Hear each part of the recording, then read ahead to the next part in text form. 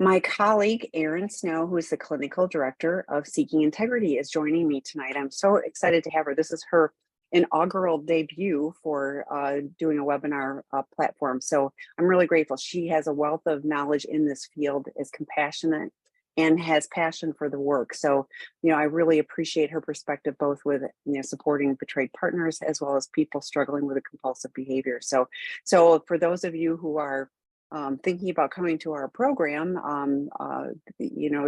she would be the person that you would likely interact with as far as an intake call to talk about length of treatment, et cetera. So if you've had one of those calls, this is Erin, you've talked to her, but she's here tonight to help answer questions. So Erin, the first question we have is, my partner and I are 2 years post discovery of his secret life with sex workers and 6 months post therapeutic disclosure. We have grown so much in the past 6 months. However, recently on vacation, my partner had his first slip, and after we had sex, I went to sleep. He went on to the Bunny Ranch website. The worst part of it was that I discovered it and he hadn't disclosed it because he said it happened so subconsciously, and it was late and we had been drinking because we were on vacation. He just forgot it happened. He was recommended, he has recommitted to his recovery. I know that relapse is part of recovery, but I find that now I'm completely thrown back into flight mode. I want to ground and get back to stability, but that has brought out all the old feelings and intrusive images back tenfold. I know you can't really put a time frame on these things, but how common is it for addicts to relapse in this way? And how long does it take me to go back online and not feel so untethered? That's a So great question. Thanks for sharing that. So yeah. yeah, such a great question. And there's definitely different aspects that can be answered in this. First of all, I'm so sorry, because ultimately every slip, every relapse is it. I mean, literally, betrayal trauma in the brain looks exactly like PTSD. Um, and for you, it was a re-triggering event. I also think that there's a little extra salt in the wound that this was right after you had sex and you're on vacation and you're connecting again, and that was where, whether it be subconscious or other, where he went. And so that's kind of a dual betrayal. Is like, I opened myself up to you again in this really vulnerable way, and I believed you were really committed to recovery, and then I discovered later that this is what was happening. And so I think that, there's a couple of different aspects here. One is, yeah, relapse can be part of recovery, but it does not have to be part of recovery. And I think that, people want to get into, honestly, the nuance between what is a slip, what is a relapse, what does it mean? The first kind of red flag that I see in there is that potentially this relapse was related to alcohol use. And so taking a look at potentially how this has lowered that sense of judgment and lowered that ability to stay present and stay in his recovery. So that's something that I would say, at least for a period of time, abstaining from alcohol, as especially in this case, it's 100% related, according to his own words. For you, there is no time frame that is textbook in this. I always say that for betrayed partners, obviously you have your own work, they have their own work, and truly the healing comes from consistency over time. It is incredibly challenging when you've been gaslit or you've been lied to trust even your own gut instincts, but then to, again, trust your partner. And so I think just being patient with yourself, because this could take some time. Like you had said, being tethered, being so untethered. It's a matter of trusting yourself enough to know that I'm choosing to move forward. I am doing some of my own work. And ultimately, I know I have my own back. That even if a painful, which you have, and you should be proud of yourself for the amount of pain that you've been through, there's resiliency in you, and there's no shame in staying or going, but you've made a choice and you've stuck to it and you're doing your own work. So I think that no relapse has an excuse attached to it. In other words, whether it be alcohol, whether it be unconscious, whatever it is, he has to take accountability for, I caused this pain in you. Um, I caused the initial trauma in you, and then I brought it all up again, as if it was yesterday that D-Day happened all over again. And he's got to really see that really it's only consistent action. It's consistent action, and it's avoiding those situations where I think that judgment is called into action. Because for him, I don't think you want to risk another relapse based on alcohol when it sounds like he had fairly strong recovery and he was rebuilding. You guys were rebuilding. So I think get back to what you were doing that built that trust back in the first place, and trust that the timeline is going to be, as it is for you two, and remove those circumstances that may cause for stumbling. And yeah, you can't put a time frame on it, but you certainly can give yourself grace and just take it a day at a time and really find whatever support you need to hold yourself, that I can weather this. And this is my choice. And I choose to, to love myself, even in the midst of this pain. Yeah, I was thinking, because I was like, did he forget? And I thought if he was using alcohol, he absolutely may have forgotten. Mhm. Not in, I don't want to go to an easy excuse. Like Erin said, there's no reason for doing that. The reasons are we aren't taking care of our program in the first place. But yeah, I mean, we talk about this all the time with our program too. It's like, alcohol or any substance, lowers our thinking capacity, and we make really poor choices. Sometimes it's, more intentional. Like every time I drink, I go act out. So I'm going to drink, so it kind of gives us the permission to do that. And other times it's just, like we're on vacation, I'm relaxed, I'm having fun. Right. And then all of a sudden I'm on the bunny ranch, Yeah. all of a sudden. So I think it's really important. I was talking about this the other day too, the autopsy of a relapse. It's like, because it didn't just happen on vacation. I suspect he kind of got into vacation. This is just me making it up, but I think he might have gotten into vacation mode of like, we're just so enjoying ourselves. And like addiction is 24/7, 365 days a year. So like, we need to be thinking recovery within that, but we learn to live it. You guys are doing well overall, and you're still early in the process, and so it isn't as ingrained. But even people with years and decades, if we let our if we let our defenses down, we can make really poor choices. What I think bothers me, I guess, if he really forgot because he was drunk, that would be one thing. But the not coming to you, like that would have been, I did this, you would have been able to move forward, I think, quicker, because you go, that sucked and this is different. So Mhm. that's a pain point. What I find for myself is when I'm struggling, I lean more into the things that, like, I've shared this before. COVID sucked for me. It's all these people, shutting everything down, telling me what to do and all of that kind of stuff. It wasn't a happy thing. I thought, you know what? I have to lean into what I've learned in recovery. So I would invite you to lean into your tribe of support people, the resources that have gotten you this far. You lean back in. Hopefully he is too. You said he recommitted. I'm like, well, I can recommit with words or I can recommit with actions. I hope he's recommitting with actions and, going back to step one, Mhm. the very beginning. Yeah. But yeah, I mean, you guys have come a long ways, and you are resilient. You are together. There can be speed bumps along the way, but there can be a good path for the two of you. So yeah, the being untethered, I would invite you also to get tethered to your support people, so that you have that anchor of people, that are there for you regardless of what an addict is doing or not doing. Yeah. I wanted to just say one more thing, that because this has come up very commonly in treatment.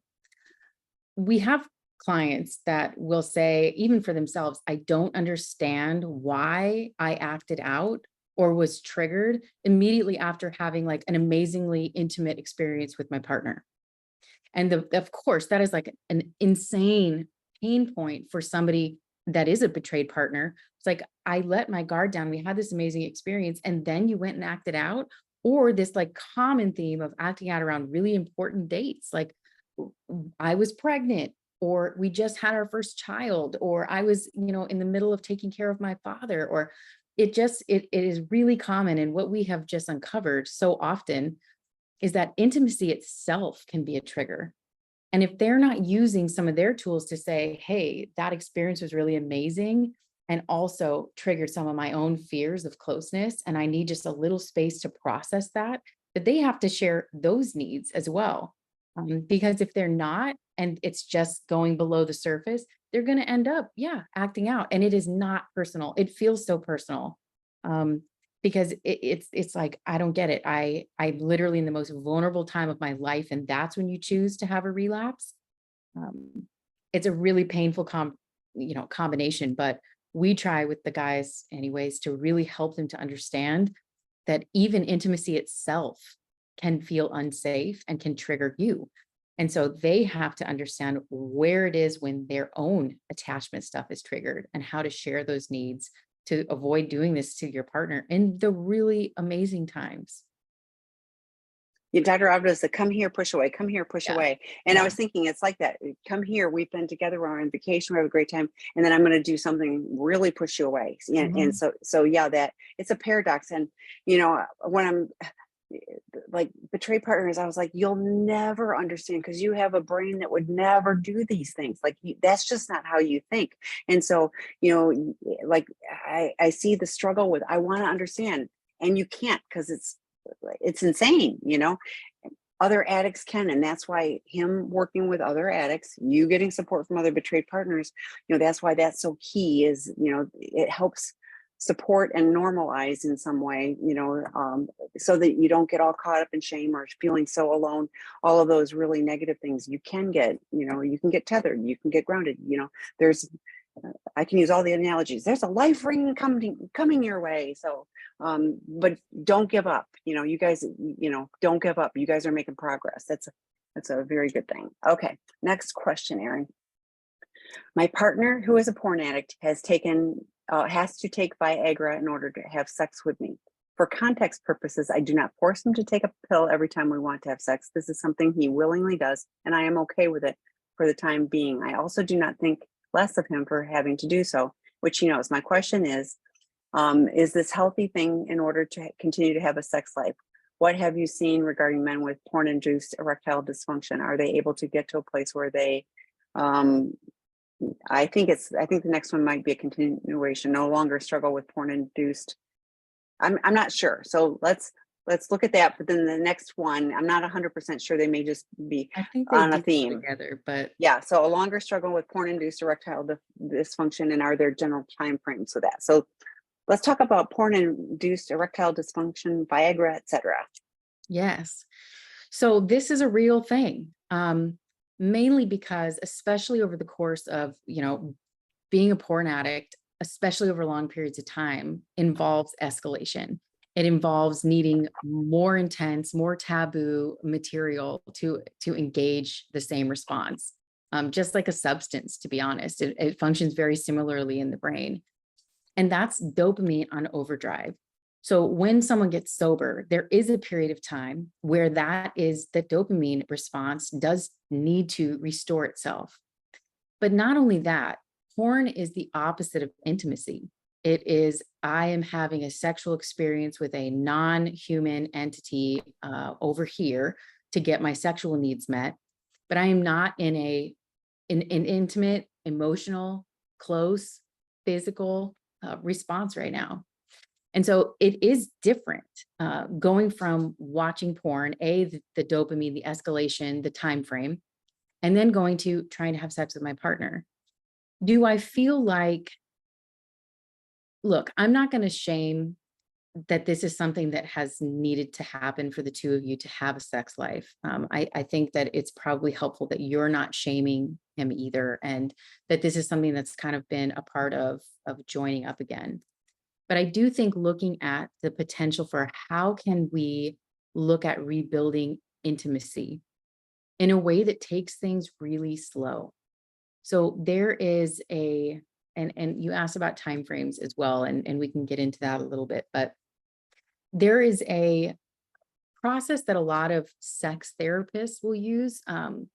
Masters and Johnson were kind of the king and queen the king of sex therapy, sexual health, sexual research in the beginning.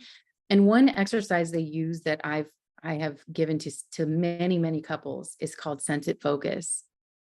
And what it does is, and this time frame can be stacked as long or as quickly as the couple needs, but it's looking at what point in engagement with intimacy is this issue coming up? Is it when I'm trying to reach orgasm? Is it when I am beginning to kind of engage in foreplay? When is this coming up? And so there is a kind of tapered way that we help couples to re-engage in intimacy, especially when there are issues with premature ejaculation or porn-induced erectile dysfunction or issues with prostate, et cetera. Sometimes if there's not a medical underpinning that needs additional help, that there is a brain function that is involved here. And really slowing it down, the way that they do this is maybe step one is we are fully clothed and we are sitting together watching a movie and we are engaging in just physically being close. The next step may be that we are, it goes from fully clothed, now we're touching. The thing is we're communicating as this is happening.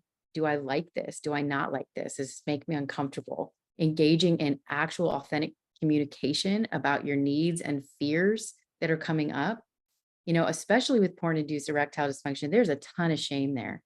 I was a porn addict and I know that hurt you. Secondly, now I can't perform and how that might hurt you and what you might think about that. So sometimes that conversation may come up and just simply letting it out may help with performance. But this whole thing with senses focus is that it's not about orgasm. It is about connection. And it's about building a path back to a place where we can have sex without this kind of bar of performance anxiety or lack of orgasm. It's about physical connection and building intimacy. So again, it starts, as softly as you would like to. And sometimes this is over the course of weeks. Other times it's over the course of several days, but it leads to, close off, touching one another, avoiding genitalia, and really orgasm is never a part of it unless that is something the two of you desire. And it's funny, sometimes when we give this to couples, we'll give them kind of the graded task assignment and they're supposed to have 7 steps, right, to get to the end. And they always cheat. I'm like, hey, could you slow down? But they find that almost a lot quicker in the process. Sometimes they're noticing change simply because they are actually being open and honest with each other about their feelings, about their needs, about what they like and don't like. So it's something that I think is really helpful in this area. And in terms of long-term struggle or general timeframes, that varies so much.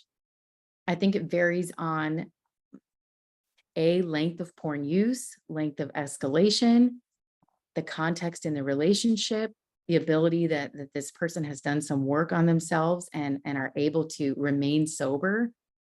And yeah, again, just being able to look at our relationship and say, hey, how can we build intimacy without the focus on the need for erection and orgasm? That there may be steps we can take to kind of build back to that place, but we're not there yet. And so I would say it's not necessarily a shaming thing about the Viagra, but I would say that there's a potential missed opportunity to share with one another about where you actually are without it. And so I would just say consider that. It's something to consider. So I typed in the chat the Sensate Focus with Masters and Johnson. And I love, Erin, that you talked about performance, because I feel like addicts in particular, but our performance, and you talked about the vulnerability and intimacy and the connection. And that's what, Sensate Focus is really all about, is connection. And everybody uses the euphemism of intimacy when they're talking about sex. And I will clarify sexual intimacy, because sex addicts prove all the time, and porn addicts too, that, you can have sex without any intimacy. So yeah, connecting in a real and meaningful way, I would hope would be the goal rather than orgasm performance, like that. It takes well, that would be a person. I was like, it takes the point out of it, is, but like if you're doing it for connection, not all of sex has to be about connection, but early on, gosh, like that's the opposite of addiction, is healthy attachment. So connecting in a real and meaningful way could be a goal. But yeah, I love that, taking the pressure off, like slow it way down. Yeah. Yeah. Okay, next question. My addict has not acknowledged any wrongdoing, and he will not talk about what he's done. I'm the betrayed partner. I discovered about his lusting and porn. Every day I deal with rage and anger. How do I handle him never talking to me or answering any of my questions, and always acting like nothing's wrong? I'm not 100% certain if you're rageful and angry, or if he's rageful and angry at you. And so maybe, Erin, answer kind of both ways, because Yeah. like I could see it from both standpoints. Sure. Yeah. And I think it's possible that both. I mean, and I would adequately understand rage and anger on your part, Carolyn. Here's the deal. What is written all over this is someone who is not in recovery at all. I mean, they're not even willing to acknowledge the pain they've caused you, which means healing cannot start. I'm not one to say, pack your bags, but there is no progress. There's no ability I mean, sometimes, the addicts get in recovery and they lack the ability to have a whole lot of empathy, and they learn that, and they're trying, and he's not even willing to say he did anything wrong. So he's probably not identifying as an addict, if he's saying, I didn't do anything wrong. And B, he's not doing anything to work toward healing with you. So I would be setting some very strong boundaries to protect yourself. I would be, how do you handle him? You cannot control him. He has made it very clear what he is and isn't going to do. So you have to take control of yourself. What am I going to do?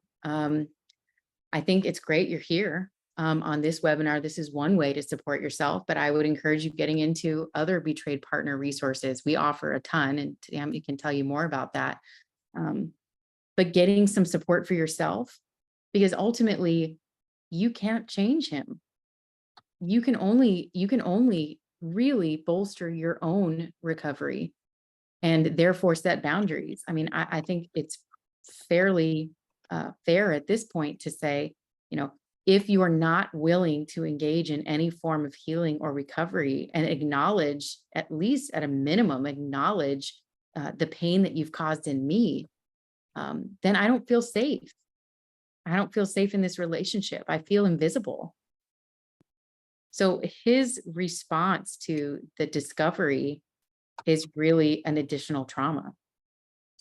It is another form of saying, screw you. And I get it. Addiction comes with a ton of shame. And oftentimes when we're not quite ready to face it, we are gaslighting and defensive and angry and don't look at me. And it all comes down to shame. But that's on him to work on that. And if he's not even willing to take that first step, then really you're in a situation where you're continually being harmed every day. So really all you can do is take care of yourself. And we would love to, help you do that.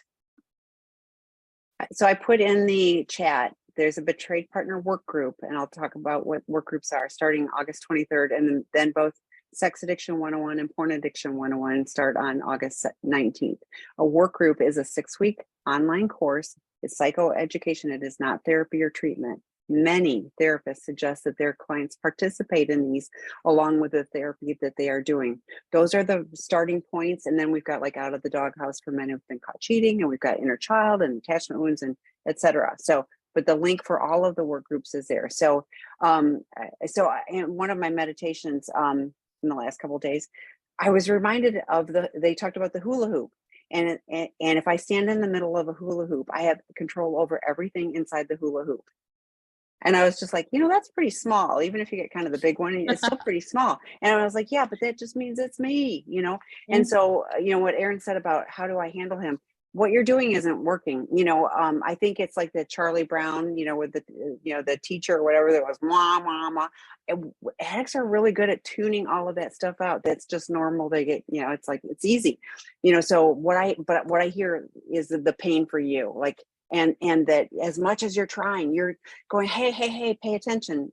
And you're fighting for the relationship, and he's disengaged. And so healthy boundaries, we talk about this all the time on the webinars and lots of, podcasts, et cetera, but healthy boundaries are for your safety. They're not punishment against him.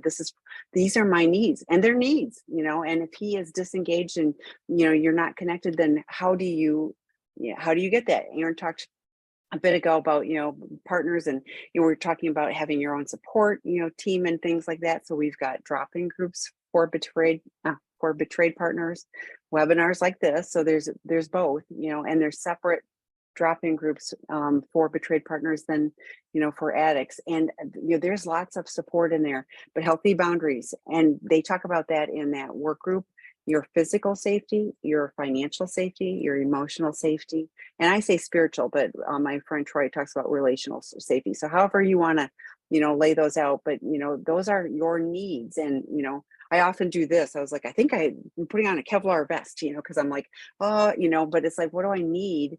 And if somebody's able to step into that space, great. If they're not, then I'm going to call my betrayed partner friends and, get the support that I need there. But those are, work on those with someone who can help you. I was talking to somebody the other day, and he showed me it was an addict. He showed me the list of the boundaries by his partner. It was pages. It was like pages. And I was like, he's never going to get that right. It's just too many. It's like, there are some fundamental basic things that we need, like, food, air, water, all those kind of things. And there's some fundamental things that partners need, for their safety across those areas. And so working with somebody that can help you define those will clarify for you. But then if he's acting, a certain way, it's okay to say, I see that you're not able to, just step into the space. So I'm going to go, have coffee with a girlfriend or whatever it is that will help you take care of you. Go do a walk or a mindfulness exercise, whatever it is. But so then because here's the deal. Right now, the focus is all about him, all about his addiction, how he's acting out or not acting out, but it still is, whether it's good attention or bad attention, it's still attention. And if you are able to reclaim your life, that, to me, that's, that's a real, that's very impactful for partners. So know that there's help, know that we've got lots of support. I really encourage you to participate in that online work group. And you can always email me, Tammy, TAMI @seekingintegrity.com if you've got questions about any of those things. Okay, Erin, I am the addict finally in recovery after 2 years of sobriety. I realized recently there is a difference between recovery and abstaining from behaviors. I want to go, hallelujah. Yeah. I came to that because after 6 years of a relationship where my betrayed partner stuck it out, did her own work, and kept trying to get me to do my work, I broke up with her. I was being so incredibly selfish, thinking that she wasn't doing anything, and I was the only one working on my addiction, which I was only checking off the boxes. How common is this behavior for the addict to find out he was wrong after losing everything? Sometimes we have a whole treatment center full of them, so It's not always. common. Yeah. Yeah, it's common. It's funny. We have some clients right now. We actually have a good amount of clients right now that actually have recovery. Like they have sobriety. Sorry. They have Yeah. longer term sobriety, and yet they're here. And it's because, yeah, you can stop the behavior. Ultimately, that behavior was just an expression of an underlying issue, which in this case is almost always an intimacy disorder of sorts, where I struggle to get close and stay close emotionally to a primary partner. Whether it be attachment issues, trauma, whatever's underlying that, the acting out is just an expression of that. And so if you don't actually deal with any of the underlying issues long term, you are going to struggle with seeing what your partner needs and getting out of those kind of narcissistic traits where it's all self-focused. And of course, yes, 9 times out of 10, hindsight is 2020. Like the partner leaves and it's like, what have I done? And it's too late. And that's typically because now abandonment's been triggered, and abandonment has a way of making anybody who struggles with an intimacy disorder come to the table. So it's recovery involves much more than just not acting out. It involves working your recovery, which is showing up to meetings, showing up to, working the steps, getting into therapy, beginning to practice intimacy with your recovery brothers. And then, of course, yeah, you have to look at why. Why was it so hard for me to sit in my own skin and remain connected to my partner? Why is it so difficult for me to show and express and feel empathy toward her? Why was it so hard for me to recognize the work that she was doing? And I was just stuck in here milling over on my own stuff. And there's a ton of underlying, concerns that could be a part of that. But it's common. I'm not kidding you. Right now, every single one of them here in treatment is dealing with something very similar. And it is sad for the guys that do finally come in and they actually do want to work on it. For some of them, it's too late. They have lost their partners for good. And it is really sad because the partner, rightfully so, had enough. But then they realized once they finally did get it, it's like that light bulb goes on when they recognize what has happened, and it's too late. It is really sad to see. So I don't know what state your relationship is in and if there is any hope, but I would say absolutely you have got to start working on your ability to have empathy, to have true intimacy. And really working on like, how are these like narcissistic traits manifesting? What is going on under there? And therapy is really good for that. Building intimacy skills. Like I said, we have guys that straight up come into treatment because they cannot crack the code. They cannot figure out why their partners don't feel seen and heard and loved. And it's because they just don't know how to do this. And so I'm sorry, that you are at the place of losing your partner. But I also know that there is hope, unless you're an outright sociopath that doesn't have the ability, there is hope for learning this. It just takes time and it takes some expert help, honestly, to figure it out. We have Well, research and too, Tammy. yes, yeah, I was thinking, the inner child, and Dr. Eddie talks about, becoming the new man, and I think that's a really good analogy. Male or female, it doesn't matter, but it's one of those things where it's like, we have to become different people, and that's what our partners are looking for us to do, is be different, show up differently, and we can learn that,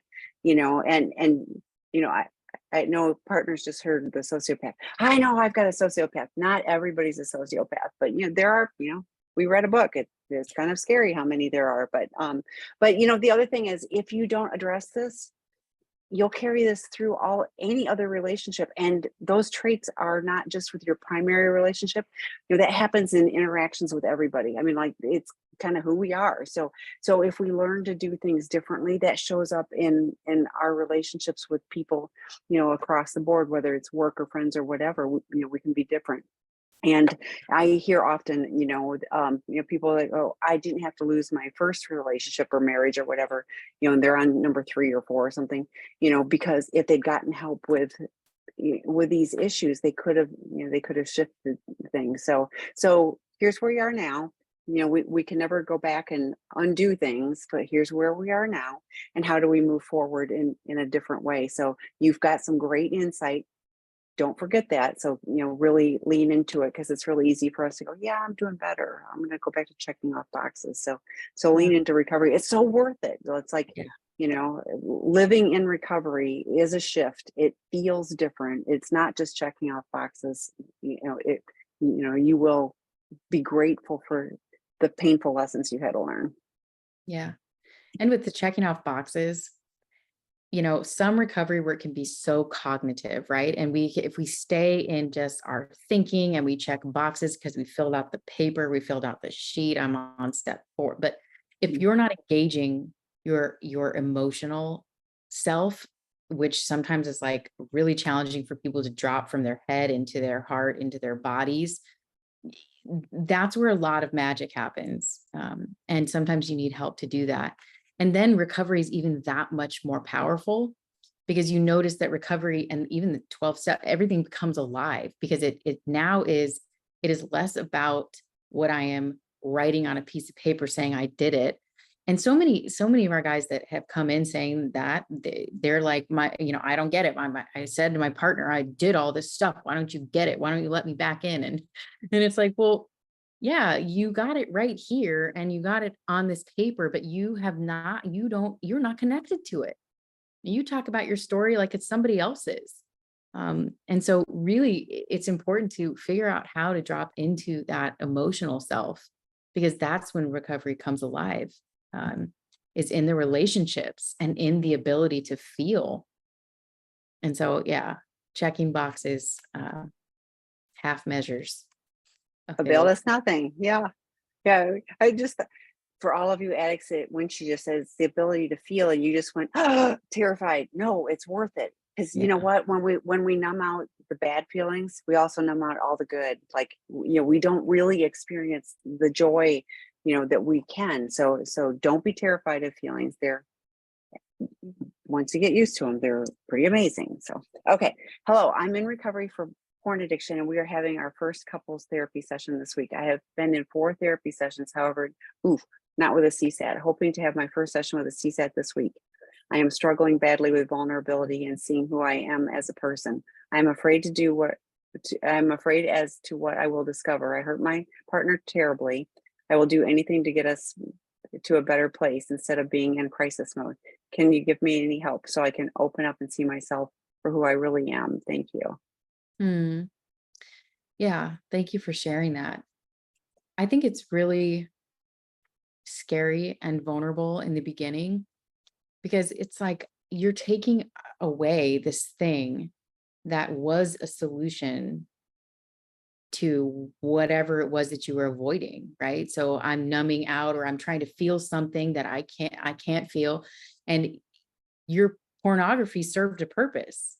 It was a dysfunctional purpose, right? But it served a purpose for some reason. And sometimes I feel a lot of our clients have this identity crisis when you remove the thing you're addicted to, because it was like, that was my best friend for a long time. I don't know who I am without it. On top of feeling this, tremendous shame over what we've done to our partners, and how our brain has really been hijacked and we've made choices we would never have made. Um, so I think honestly, it's about, you are going to be embarking on a journey to redefine who you are, and also to learn, how do I cope with painful emotion? How do I cope with discomfort? How do I cope with the shame that I'm feeling? And I really hear this desperation in your voice of like, I would do anything to get us to a better place. And they call it the gift of desperation for a reason. And it's because when you hit that low place, and you're kind of swiped to your knees, you really are open to doing whatever it takes. And so I would say sometimes finding out who you really are kind of takes surrendering to the process first, which is, I don't know what I'm doing. I don't know who I am without this. I also don't know all the answers to why I did this, but I'm going to surrender to the process. I'm going to receive the help that's in front of me. I'm not going to make any promises to my partner. I'm going to take this one day at a time. I'm going to actually put into action, you know, the next right thing every day. And I think you will begin to build a self that you are proud of, that you know. But saying like, how can I open up and discover who I really am is kind of a bigger ask than just snapping your fingers. But I would say again, you stopped acting out. It looks like you are reaching out for help for you, for your partner, and that you are willing, to engage in this process of healing. So I also see the part about, I'm afraid of what I'm going to find. That is so common. It's Any like addiction, any any addiction. It totally, doesn't, yeah. We're all terrified. yeah. And it's like, okay, so if I don't have this coping skill, or I don't have the ability to numb out, Am I just going to become angry and rageful all the time? Am I going to be able to tolerate my day to day? It's like, I don't know what's under the hood, and I'm terrified of opening Pandora's box, because what is going to come out? And the truth is, you will be okay. So just focus on right now. Like right now, you are putting some really amazing steps in place. You don't know what tomorrow is going to bring. So focusing a lot of energy on the fear of what tomorrow is going to bring is just going to suck some of your joy from today. I would say is just take it a day at a time and give yourself some grace. And that, where possible, shift your shame to guilt. In other words, shame is like, you are a shitty person. Guilt would say, I have done some really terrible things that I'm not proud of, and I've hurt people, but I, at my core, am a person who is worthy of recovery and worthy of having a better life. So that may help to alleviate some of the discomfort too, is just recognizing you can do this, and you're on the right path. But yeah, it is this very vulnerable time where you kind of just feel like your skin's been like ripped off and you're exposed and like, who the hell am I? And that's all very normal. And it's uncomfortable, but surrender to the process, because you will find you'll be a different person down the line. And you can't. And I want to back up on the process, because I'm glad you stopped using the porn. And of course, then guess what? All of the feelings are coming up and you're feeling vulnerable and everything. I get lots of phone calls. So I get the phone calls of people who have been going to a therapist who isn't trained to do any of this. And, it's very specific work. And so I'm really glad you're seeing a CSAT. But, I use the analogy all the time. If you've got cancer, you go to the cancer specialist. You don't go to your nice general practitioner who will give you a flu shot. You're going to you want the expert with this. So I'm glad you're going to go see a CSAT. I am concerned about the couples therapy. Again, you're willing to do anything. So I'm going to invite you, like Erin just said, surrender to the process. We've got a porn addiction. I put it in there in the chat. We've got a porn addiction 101 work group starting August 19th. You will have a 3-circle plan. I am confident you don't yet. We have on our website, we've got a list of porn addiction 12-step, like PA, PAA, SPAA, if sex was involved as well. You are in a recovery process.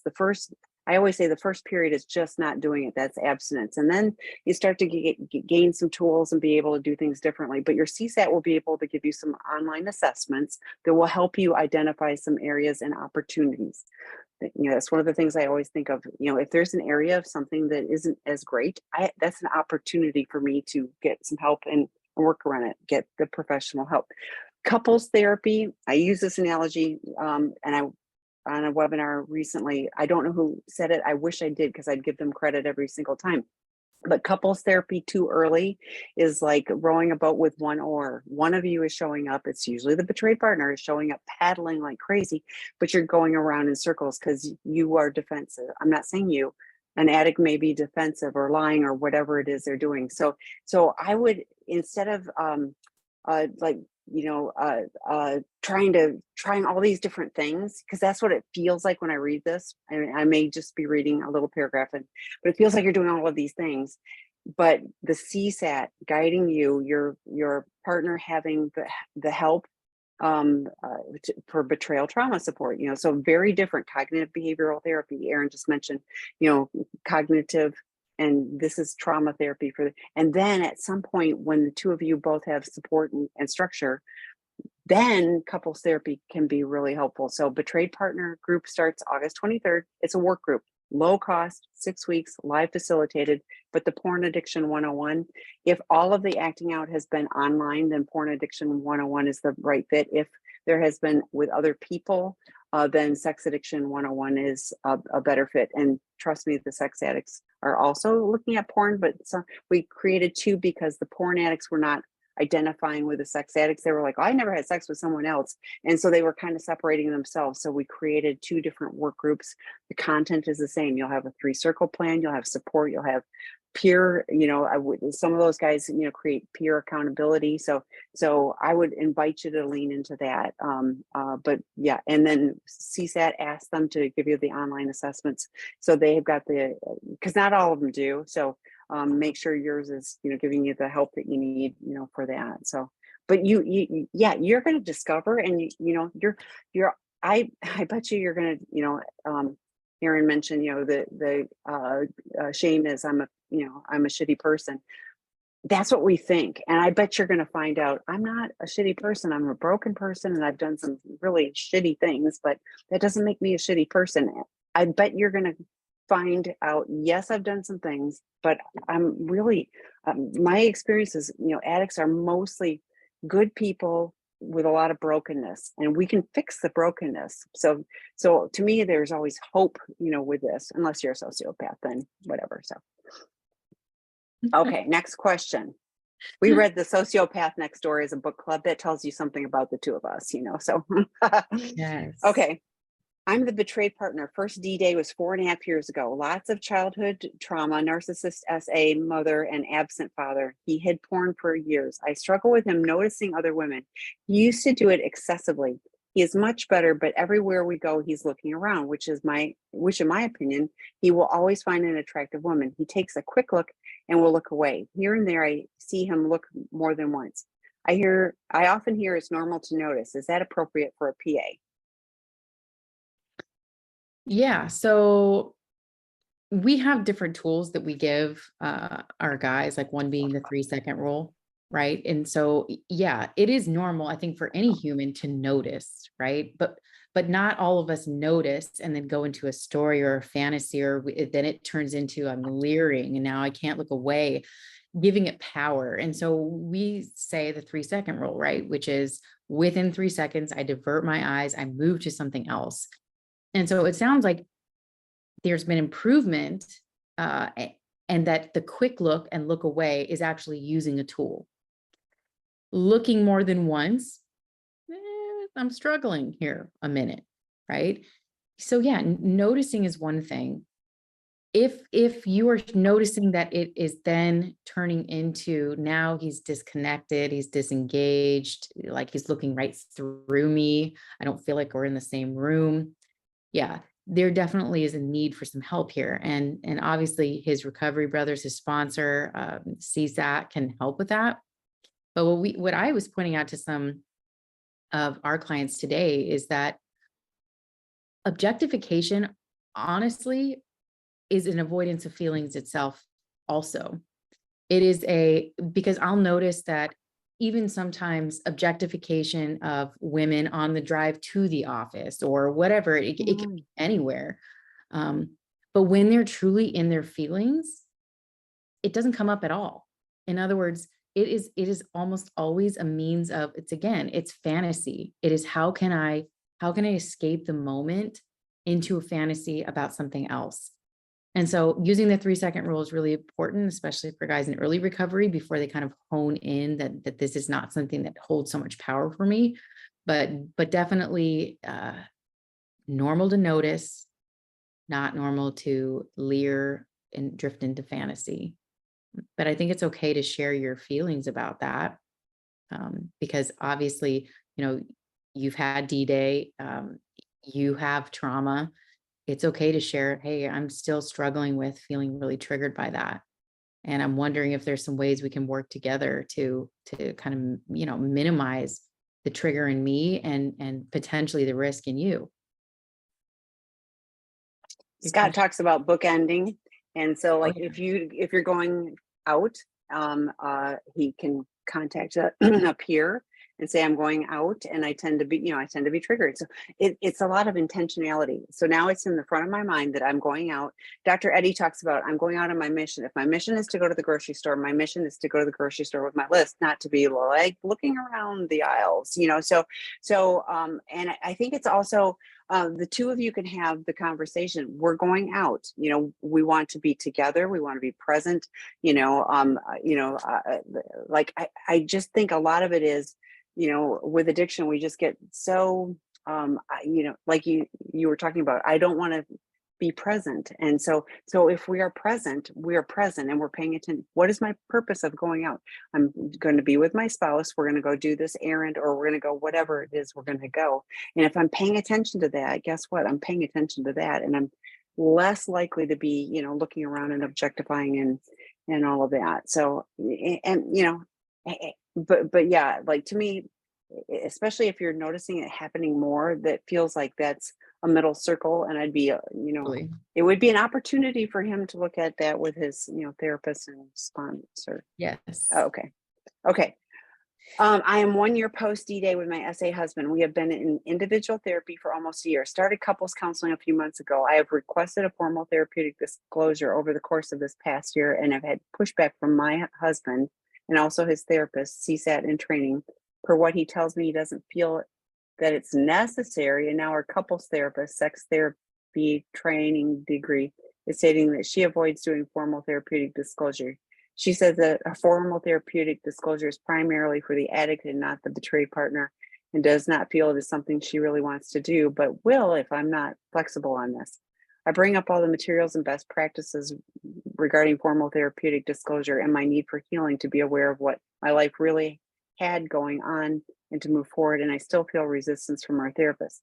Am I wrong for not letting go of my request for formal therapeutic disclosure? No. Yeah, I know. I was like, I want to take my head and bang it on my desk. So I'm not Yeah. going to do that. But wow, I'm so sorry. And like I'm curious too, because like when you said my husband's pushing back, that's normal. And also his therapist. Have you heard it from the therapist, or is your husband saying it? Those are two different things often. So I'd be curious about that. But yeah, wow, like it feels like these professionals are not meeting your needs. That's Well, my also your couples therapist is sex therapy trained, but not yeah, CSAT trained, which yeah. actually the training for a full therapeutic disclosure is done in the CSAT training. We've had a number of different professionals outside of the CSAT world attempt to do full therapeutic disclosures, and they can be done very wrong. They can be traumatic. They can be done prematurely. You really want to do it with a CSAT. That being said, no, look, a full therapeutic disclosure is for both the addict and the partner, right? I think that there has to be a motivation for both, but really the partner, you deserve consent to move forward in your relationship. I am not feeling comfortable moving forward, not knowing what my reality was. And I deserve to know so I can make an informed decision about whether I want to stay or go, or how I feel. You're not wrong. And absolutely the right support will help to prepare both of you. And if there's a real reason why, for some reason, your husband is not ready, or, the CSAT may not be proficient in doing, because, you said CSAT in training may not be comfortable with full therapeutic disclosures. I don't know.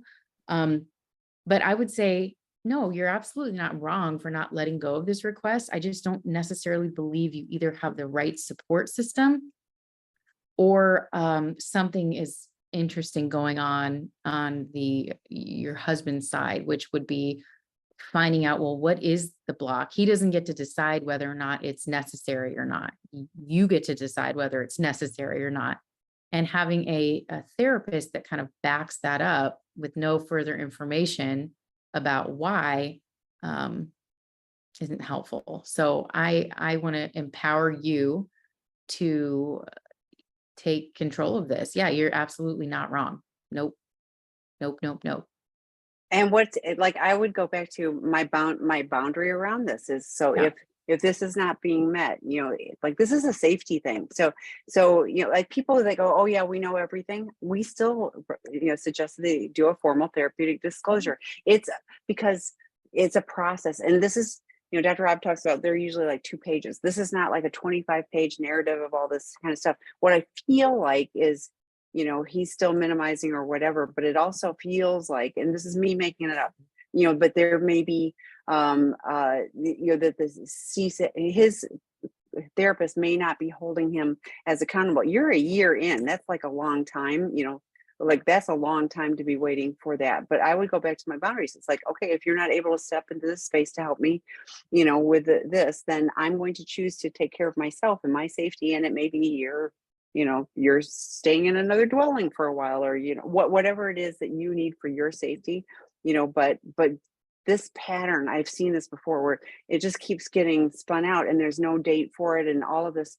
And then pretty soon now we're 2 years out and, I mean, and you're stuck, in the in between. And so yeah, I would hold a healthy boundary for you and say, but yeah, it does feel a little bit like something doesn't, like, maybe have all the therapists and the two of you talk in one session or something like that and get everybody on the same page. Well, and she doesn't mention her own CSAT, so I don't know Oh, if you that's have a true. CSAT that's advocating for you. So typically the classic format for a full therapeutic disclosure would be both of your CSATs coming together.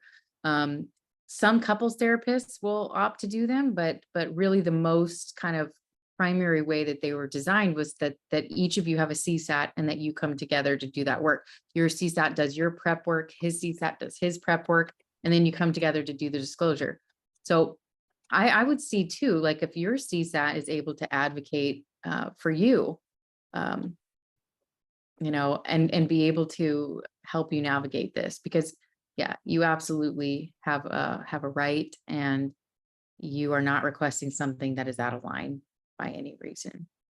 Okay, so the next question, is it okay for porn addicts to get off to pictures of their partner, or should they abstain from that as well? Okay, so the goal of healthy sexuality here is intimacy. Okay, so look, everybody's inner circle is different. That is what is strange and different about sex addiction. Is the goal is not necessarily abstinence, right? It's objective. Some of our clients have porn and masturbation in the inner circle. Some have it in their middle circle. Others will say, having a friendship with a female is not an issue. It varies from person to person. They're done in consultation with the sponsor and somebody else. This being like where I go with this is that the goal would be to have intimacy with your partner. So if you're addicted to masturbating to images, then just changing the image so that it doesn't necessarily go outside of like, oh, well, it's not necessarily cheating because it's of my partner, I feel like is not moving you toward the goal of having sex that is in concert with intimacy. And so that's the practice towards healthy sexuality would be, how can you engage your partner in this? Not how can I look at a picture of her and still be in an isolation over here masturbating. So ultimately, if a guy in treatment was asking me this question, I would say, no, you should not be doing that. You should be finding a way that you and your partner can actually engage with one another. Great answer. And yeah, because it feels like it's still objectifying. So Yeah, it doesn't, it's not connection. Okay. So can you explain, when rebuilding intimacy between partners, how can a betrayed partner deal with the insecurity of feelings they cannot fulfill the addict's sexual desires, fantasies, and sexual acts they were involved with, including quantity of their sexual experiences? We are slowly working on things, but as things start to feel normal again, this thought crossed my mind. Yeah. And this is hard because that is part of the betrayal trauma, is this feeling of inadequacy that comes up. I'll never be the images they were looking at. I'll never be this polished porn addict, or I'm not going to be able to do these taboo things, or am I going to be enough? And so this is another one. I think taking things slowly is really good. I also think that, communicating about those fears, and not that you're seeking validation or reassurance, but it is on the addict to provide some reassurance around, I do love you. I do want to be with you. We are, and again, creating an environment where it's not just sex. I'm not just here to fulfill a sexual fantasy. I'm not just here to replace your sex addiction. I am here to build a relationship with you. And sex is part of that. And sex can be a really beautiful part of that. But it is not, it's a challenging place because there is this insecurity that comes with betrayal trauma that's like, I'm never going to be that thing. And you cannot and you shouldn't try, because that was a figment of fantasy. That wasn't real connection with anybody. So I would say, to the best of your ability, hold on to yourself. Recognizing I am good enough just the way that I am, and sharing those fears with him. And yes, taking it slowly, but you can't replace sex addiction, and you shouldn't, because that's not the gold standard. No, it's a low standard, honestly, because I mean, Scott asks all the time, was your affair partner, or was the sex worker or whatever, more attractive? No. Funnier? No. Smarter? No. I mean, it's like all of those things. It's like not. So, and unfortunately for betrayed partners, it does get caught up in the, I wasn't good enough. And so therefore, but, yeah, supermodels can be, in a relationship with and a sex addict, and guess what? They're stepping out on those people. So that's got nothing to do with it. And so the more, like, going back to what Erin was talking about before, sensate, focus, touch. How can we make it more about connection for the two of us, and not about this intensity instead of the intimacy? So it's really, you're looking to build. I'm not even going to say rebuild. You're looking to build connection with a partner in a very different way. So it's a place to start. So thank you. We're out of time. Erin will be back with me for the next 2 weeks, and then we'll see. So we'll keep it posted on the schedule, so you'll know who's joining. But bring your questions. I typed a couple of questions. You can always reach out, Tammy, TAMI, at Seeking Integrity. And if you haven't checked out the work groups, please do so. I mean, those are, we consistently hear how helpful they are for people. Navigating these uncharted waters for you. No one knows how to deal with this stuff. You didn't know you're going to have to. So, but we try to have the resources to help support you. So thank you, Erin. Thanks, everybody. Bye. Bye.